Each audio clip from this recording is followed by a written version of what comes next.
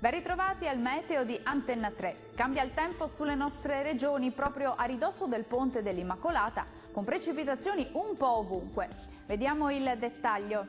Sul Veneto una perturbazione atlantica investe la nostra regione portando precipitazioni diffuse da deboli a moderate e la neve cadrà sopra i 1000 metri sulle prealpi e sui 500 metri invece sulle Alpi.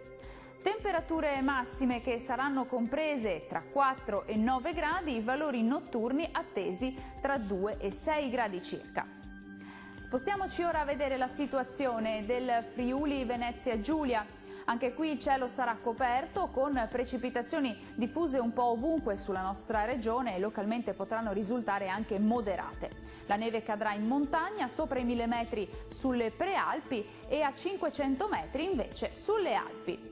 Vediamo anche in questo caso le temperature, le massime saranno comprese tra 6 e 11 gradi, valori notturni attesi tra 4 e 9 gradi circa.